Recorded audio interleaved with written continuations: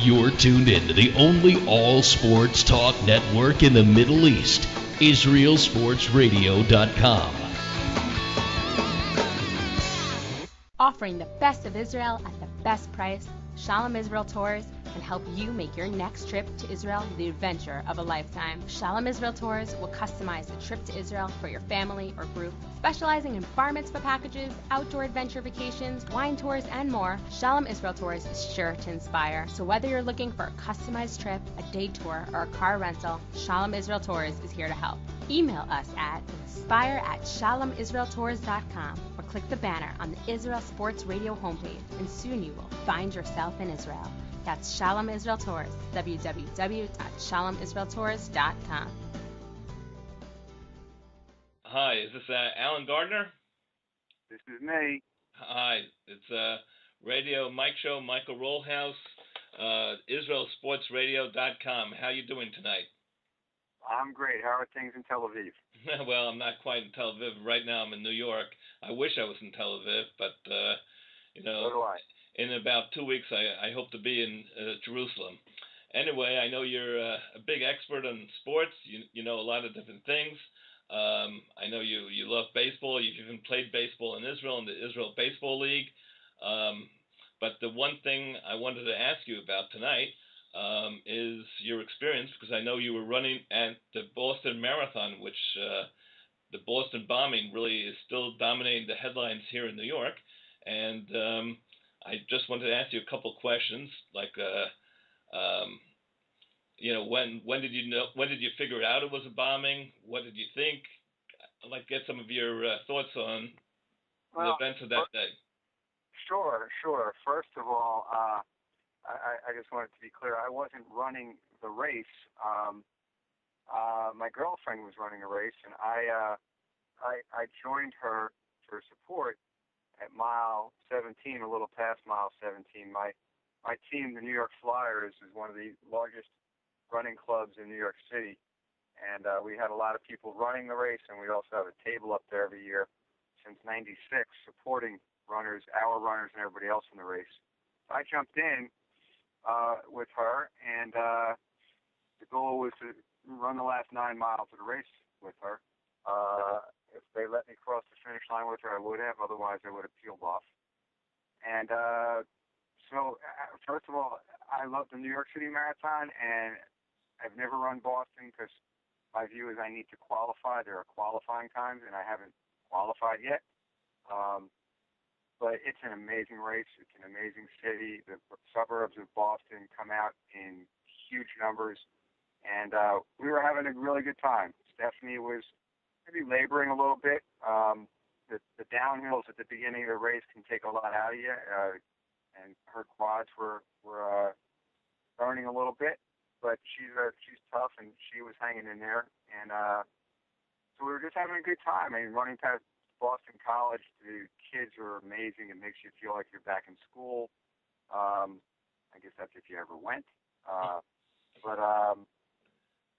it was just a beautiful day. I had run the BAA, Boston Athletic Association, 5K race the day before, and there was just a great vibe throughout the city. Runners, spectators, just guests, the workers, everybody was into it. And nobody would have known anything untoward was going on. And she didn't actually complete the race. Is that correct? No, we didn't. We didn't get to complete it. So there's a T-shirt they sell at the expo that says "Right on Hereford, left on Boylston," and that is the back end of the course. You make a right turn onto Hereford Street, and you go up a hill that's about a quarter of a mile. It's not like the famous Heartbreak Hill or some of the other hills in the middle back end of the race that are really long and tough hills for the runners. This is just a decent hill, but it's short, and you make a left turn, and you're heading towards the finish line. You see the big blue Boston Marathon finish line ahead of you. So how far was she from the finish line when she had to actually stop? Well, I'll tell you exactly what happened. We were going up Hereford Street with a whole lot of other people. She was, in line to finish in about 4 hours and 12 minutes, trying to beat her time from last year in the heat, which was 4:14. And halfway up of Hereford Street, we heard two loud blasting noises, concussive like blasts. And I immediately thought that maybe a transformer, an electric transformer, had blown, because there's a lot of extra juice being used during marathons for all kinds of different purposes. And I also wondered whether or not it was just a celebratory cannon shot from somewhere as part of Patriots Day, because it sounded exactly like that, a cannon shot. Well, we crested the top of Hereford and turned left to go down Boylston, and I looked down Boylston, and the finish line area was shrouded in smoke. And there was a lot of pandemonium that you could tell going on down towards the finish line, and cops started jumping out into the roadway of Boylston Street and putting their hands up and telling everybody to stop and putting their arms out to keep runners from going. And frankly, confusion and pandemonium is what reigned right away at that point, because that was when we realized that we weren't going to be able to stop. There had been some people wondering when the noises of the blast were heard if it was a bomb. Stephanie and I didn't want to think like that. Yeah, why would anyone think on such a beautiful day that there could be a bomb? Why would anybody think like that? Because the way our news media works and other aspects of our society, some people are conditioned to think the worst. And that's what some people thought, I guess. Between that and watching too much television, I don't know. But very sad. And it is kind of sad, but they happen to be right, unfortunately, in this circumstance. And so there was confusion because, when you've got 26 miles under your belt in a marathon, you have very little left of the course. But for some people, that means they're extraordinarily fatigued. And some people might be playing with 50 out of the 52 cards. They're not as focused. Sure. Or they're extraordinarily focused on getting to the finish line. They might not even have heard the blast. And so the cops really had to stop some people who didn't know what was going on. And some of the runners that were more focused, and I hadn't run that far. I'd only run 9 miles. We were herding people over to the sidewalk and letting people know they had to stop because people were charging up Hereford to Boylston to finish the race.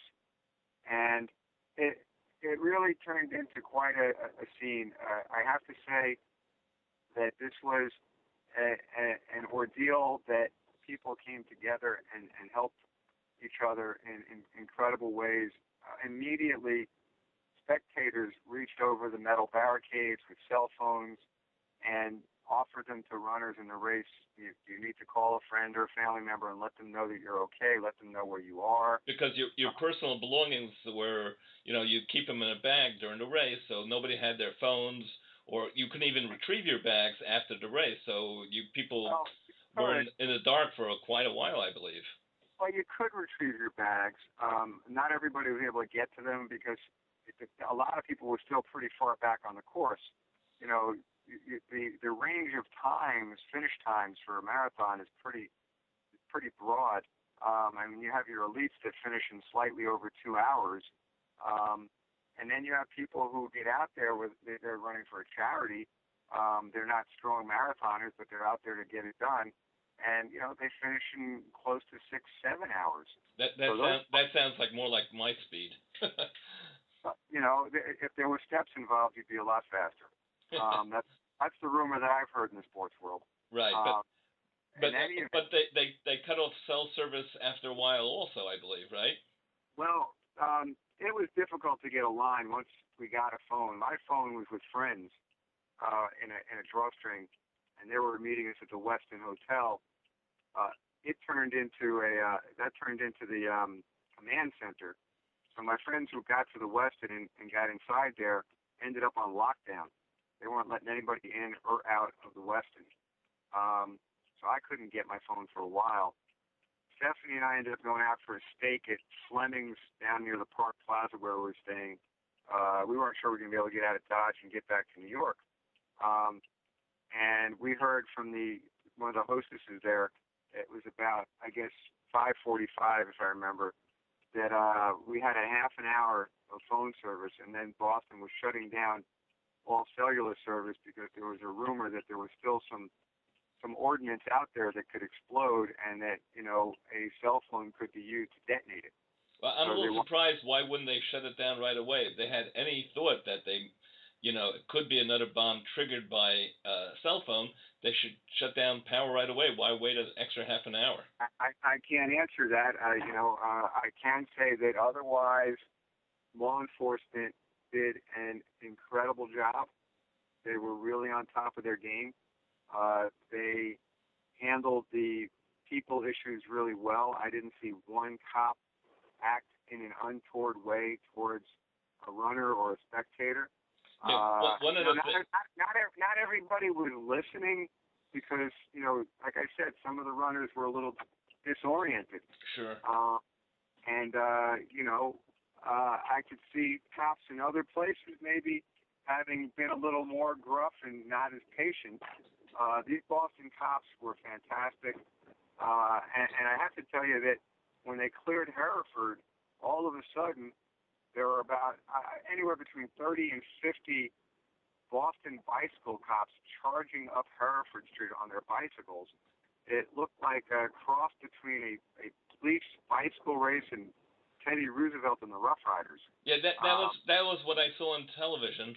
That the policemen are running towards the bombs, towards the instead of another bomb can go off. Let me just hide behind the crowd there and go out for a pack of cigarettes or something like that. They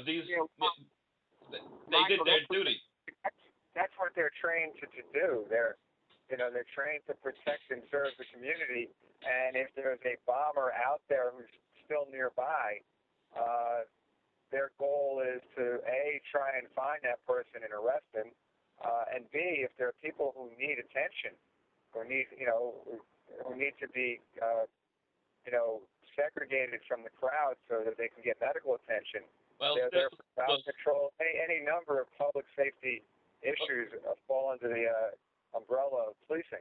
Yeah, well, still with all the training, people might say let me leave it to someone else, but it seems like everyone felt their own duty to help as much as they can. And I also understand that the EMS, because there's so many people there during a marathon, treating people who, maybe dehydrate and other ailments, cramped legs.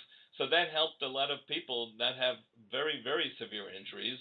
And then there were 200 injuries all told. Well, you're exactly right, Michael. The thing is this. There are medical tents set up at major marathon races like Boston and New York and Chicago. They have, and London and Berlin and Tokyo and other huge races. Those are the 6 marathon majors.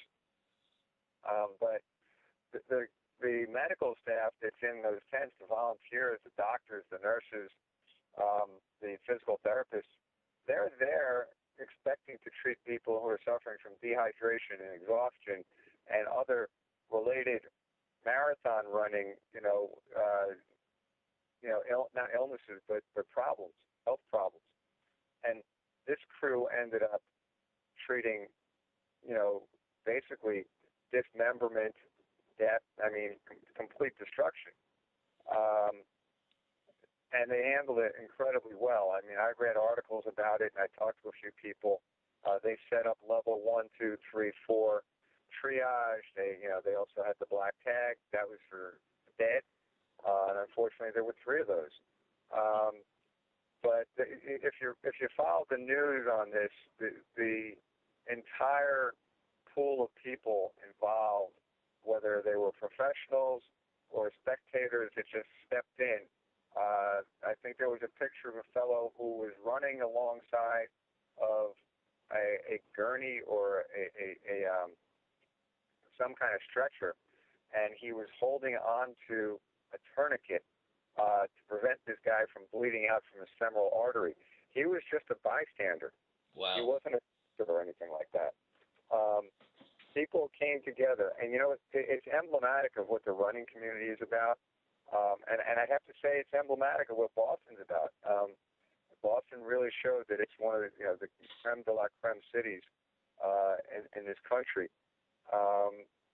Even the volunteers, the BAA volunteers working the race, these are just regular Joes and Janes without any particular training for a calamity like this. And you could see that they were shell-shocked, but they were not running away from their responsibility to other people. And what time did you finally get out of Boston? You had reservations that night on Amtrak back to New York? We had a train at 6:50. We sat down for the steaks at about 5:45, thinking that we might have to end up staying in Boston again. There were rumors that LaGuardia and Penn Station, where we were going, were shut down, and they were making some calls for us at the restaurant. I called my sister in New York, and she was making calls to find out what was going on. And it became the most expensive takeout meal I've ever had. I had a bone-in ribeye, and Stephanie ordered a filet mignon with some sides. She had a nice glass of red. I ordered a single malt. And all of a sudden, we found out that the trains were running, and we looked at our watches and realized that we were going to have no time to eat this food when it got served. So we had them put it in a takeout bag, and we took it. I found my friends. My friends got let out of the Westin. They were told they wouldn't be able to get back in, but they were told they could go catch their train. So I got reunited with their friends and my phone. And I guess the one moment of sort of comic relief in all this horror was on the Amtrak platform. Stephanie was standing there with the bag of filet mignon, the filet mignon, and the bone-in ribeye, and the spinach, and the other sides. But after running a marathon, Stephanie did 26 miles. You did 9 miles. I don't really understand how you can eat a heavy meal like that. Like I know when I climb a building. Yeah, you know what? Train with us. You'll find out. I don't know. After that, I just don't have much of an appetite, and I'm very thirsty. I drink a lot, and but I can't eat a lot after that. Michael, we hydrated plenty. And we hydrate. If you hydrate well during the race, then you don't have to feel like you have to drink a couple of bottles of Gatorade and a couple of bottles of water afterwards, because you're replenishing as you go along. But the comic relief moment was while we were standing there on the platform, and Stephanie had this bag of steaks at her feet, and all of a sudden we look up, and here comes the local Boston Amtrak cop with his canine in tow, and he gets to us, and the dog sticks his nose right into the bag because he smells the steaks. And I turned to the cop and said, "Listen, that's our dinner, please." And he smiled. So we got 2 steaks in there, and he took the dog with him.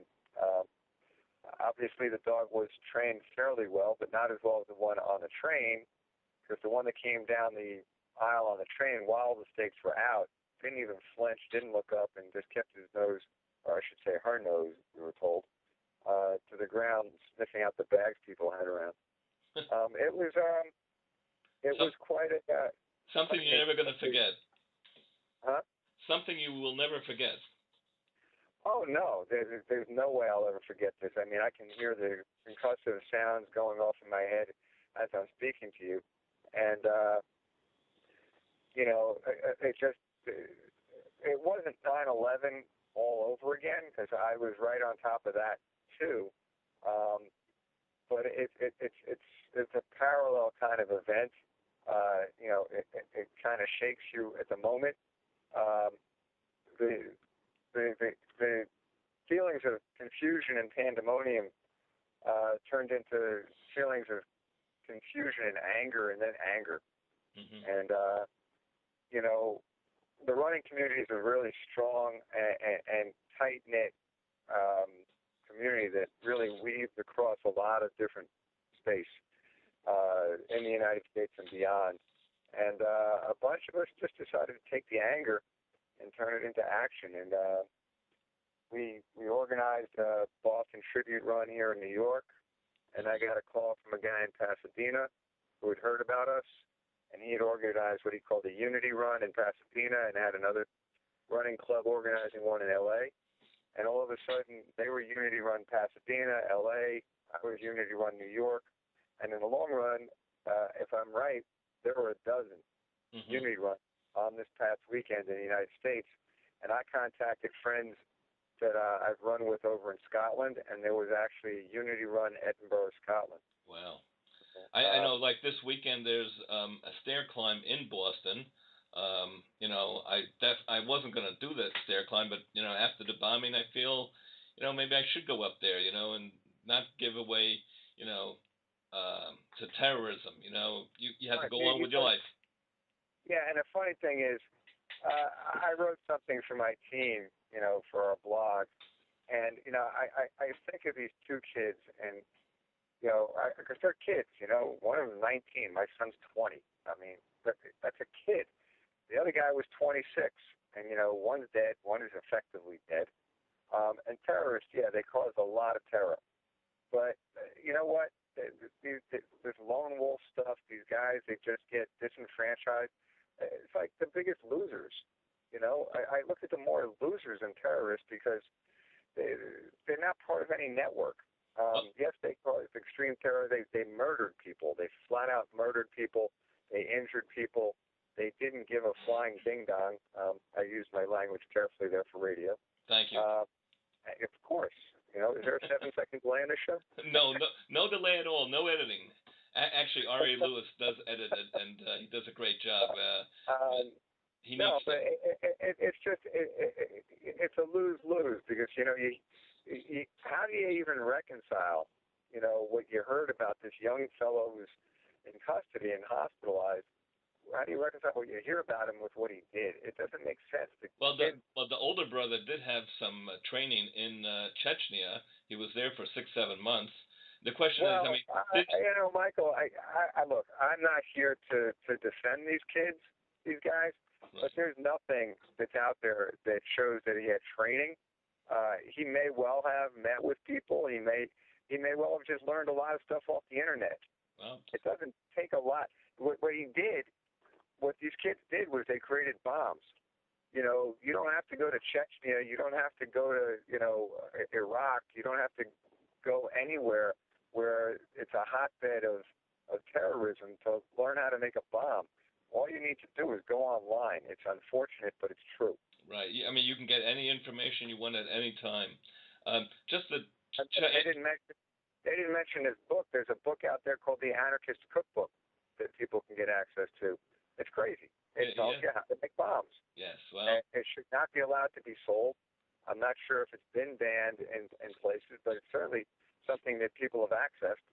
And I'm sure on the black market, people can find it. And that's just a crying shame. Well, it is true. But I do want to change subject just for a second. Sure. It is a sports talk show, and I know you're a very big Mets fan. And I want to get your feelings. Jordani Valdespin, baby. Yes, he hit a grand slam last night, and then the Mets went out today and they lost in great fashion, 3-2. They didn't carry over their high from last night to win this afternoon. What do you think of the Mets so far this year? And you have a really star pitcher in Matt Harvey. What do you think? You think they're gonna finish above 500? You can say we have a really star pitcher in Matt Harvey, and he's a really fine young talent. I don't jump putting labels on youngsters like the media does. He had a great outing a couple of outings ago where he outpitched, a superb young pitcher in Steven Strasburg. Irony being that Strasburg got the first hit off of him. But, he had a little bit of exposure last year. And, this is kind of really his first full swing through the league. And one thing I've learned that you got to be careful about with young pitchers is the hitters, the hitters are the underdogs the first go-round.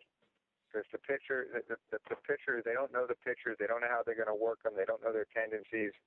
But major league hitters are major league hitters. They're not AAA hitters. They're not AA hitters. They're the big show guys. And they watch tape. They remember their last at-bats, all right? And they figure guys out. So Harvey's real test will be his second and third time through the league. And I think he's going to come out fine, but I'm not a guy who jumps like the media does to throwing labels on it because it grabs headlines and sells newspapers. Well, you might be the first Met fan to say something not 100% positive about Matt Harvey. No, but I mean, but you have a very good point. Reading what I'm saying. I'm saying 100% positive about Matt Harvey. He's got the right attitude. He's got the right array of pitches. He works hard at what he does. But I just don't put labels on people. He even has the swagger of a star. Mm-hmm. I'll give him that. But I am, I'm a seasoned veteran of the baseball world as a fan. Right. And I've seen guys go bust. We had guys who came out like gangbusters, the big three years ago. Yes. Isringhausen, Pulsifer, and I just forgot his name. Paul Wilson. Paul Wilson. Paul Nelson is my friend who runs with me. I must be getting old. But in any event, those guys came out and, some of them did real well. Pulsifer had some great outings. What's Bill Pulsifer doing now? Selling insurance? Right, nothing. I mean, Isringhausen did have a couple good seasons as a reliever also. Yeah, well, Isringhausen got hurt, and he came back and made himself into a top-notch closer. Right. But the thing is, you never know. Baseball is a fickle game, and I wish the kid all the best. I love watching a good pitching duel, and I love watching a good pitcher. I think the biggest surprise on the Mets season so far is John Buck, the way he's hitting home runs and RBIs. I mean, he probably had more RBIs so far in 3 weeks of the season than Josh Tolley had all last year. Well, yeah, he's a different kind of hitter too. Tolley was never, tapped to be a home run hitter. Buck has hit. He's not been a great average hitter, but he's hit with some power. And he, I read a quote from him. He said, "No, I'm just taking a very much more relaxed approach at the plate this year." And I think that's often what it takes. You remember we had a youngster playing center field for us in Israel, Sean Slaughter. He was a terrific hitter. The kid could hit, but he went into a tailspin. And he wasn't getting a lot of help from our manager, who just said, keep your hands back and let him fly. And then we'd yell at the kid to get a hit. That really wasn't doing a whole lot. But, when you sit down and chat with him and say, hey, you've been hitting your whole life, right? You probably hit, 800 in Little League, and, in middle school you probably hit 600. High school you probably hit 500. You went to college, you hit 300-400, in your college years. You know how to hit. And Slaughter, he used to work out with David Wright, right? He used to play with him in AAU ball, Wright and DJ Upton and Zimmerman and a couple other fellas were on one of the top AAU teams probably ever. But that's what worked for Sean. He needed to relax and not listen to all the noise in the background. And if the pitch was over the middle of the plate, he had to drive it back up the middle. If it was on the outside part, he's a lefty. He had to drive it to left. And if it was on the inside part, he had to get his bat out and drive it down the line, pull it. Yeah. And he started doing that. And he relaxed. He stopped listening to the noise. And I think that's the kind of thing that Buck is doing. He's just relaxing, and he's hitting like a professional. And I hope he does it the whole year. I love the fact that he's doing as well as he's doing. I think like the Mets have a lot of young talent in the minor leagues.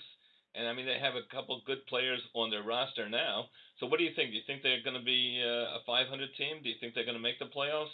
Any predictions?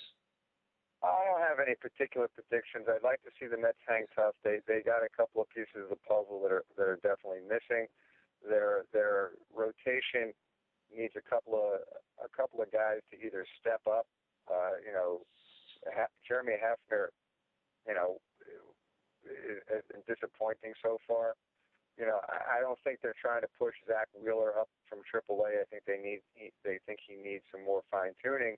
And I'm in agreement with that notion that you don't rush a young pitcher up. Right, but you have John Neese, you have Dylan G. Those are good pitchers. Yeah, well, you have John Neese, and Neese is going to be solid for them. And Dylan G. is coming off that bizarre problem he had with his arm, with the blood vessel, and he needed surgery where his arm was going numb, and it could have been disastrous for him health-wise. And he hasn't really found his touch yet. He had a decent outing the last game that he pitched, but he's been very up and down. If he gets back on an even keel, that'll make a big difference. And if their hitters can do the job, if the guys we expect, Ike Davis can do the job, if David Wright keeps doing the job. I think Daniel Murphy, as far as hitting goes, is very, very underrated. I think he's really improved his fielding at second base. Well, he found his niche. He finally needed to find a position because he certainly couldn't play the outfield. He was never going back to third. He's not a first baseman. And he actually does a really decent job. I think he's a better second baseman than a lot of people give him credit for. And he's probably, on the upside of second baseman in the league. He's just steady. I think he's underrated. I agree with you. At the plate, he's one of the better hitters in the league just as a student of hitting. He may not get the job done as well as the best hitters, but, he's a solid 300 hitter. And one of the things I always liked about watching him when he came up was he watched every pitch. If he swung, his head was down on the ball. If he didn't swing, he followed the pitch back into the catcher's glove. Mm-hmm. He wanted to follow the pitch track all the way through to see what this pitcher's ball movement was like. And that's the marker of a good hitter. He works real hard, and he's worked real hard to get himself a place in the field. He'll be steady. Their outfield is a little spotty, right? I mean, well, Lucas Duda, maybe he can figure it out, and he'll be a good hitter. And, they had to replace Jason Bay. Well, I would say, how's he doing in, where did he go to? Seattle, right? Seattle, that's where he's from. He went to Seattle. Does he have any hits out there yet? I haven't really followed him that closely. I hope he did. From everything I've heard about him, he's a top-shelf guy. He's a very nice fellow. His skill set just fell off. Maybe playing in New York wasn't the place for him. It seems to be that happens to a fair amount of people. But, look, I think the Mets will be somewhat better than 500, but not a lot better. But it also depends on how healthy they stay, how healthy other teams are. Look what they did last year. Gangbusters, nobody expected it, and then they went into a complete tailspin. Yeah. So, I've learned as a Met fan not to make predictions just the same way I'm not going to predict that Matt Harvey is, the next coming of Tom Seaver. I hope he is.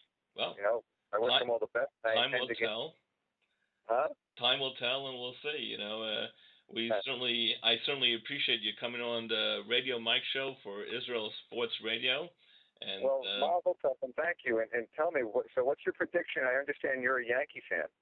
I really, at the beginning of the season, I did go on record saying that I thought they were going to be 162-0. I didn't think they would lose a game all year. Actually, wait a second. So your prediction of how the Yankees would do at the start of the year, in all the time I've known you, has never changed. That's right. I never think they can lose a game. I don't care who's pitching, who's hitting. But actually, with all these Yankee stars not in the lineup, Granderson, Teixeira, Jeter, A-Rod, I actually like this team a little bit better. I think they have more fight to them. They're missing a righty hitter. The pitching's half decent. It's a very old team, but you have a lot of fight in the team. I like Kevin Youkilis a lot. They might surprise a couple people, and I think they have a good chance of winning the division. You don't mind having a dyed-in-the-wool Red Sox guy playing for your team? Absolutely not. I love Kevin Youkilis. I'm friendly with his uncle. He's with his uncle. I've done business with his uncle. I think Kevin Youkilis is the type of guy that any team would want. He has the right spirit. He plays hard. He's a tough guy. He's like a Paul O'Neill type. A tenacious player. And I think I know what you mean, but I wouldn't go that far because I don't think Youkilis is quite that kind of hothead. No, he's not a hothead, but I mean, he wants to win. I mean, like you had a guy like Gary Carter. He wanted to win. You could just see it in his face. Youkilis is what we call a gamer. He's a gamer.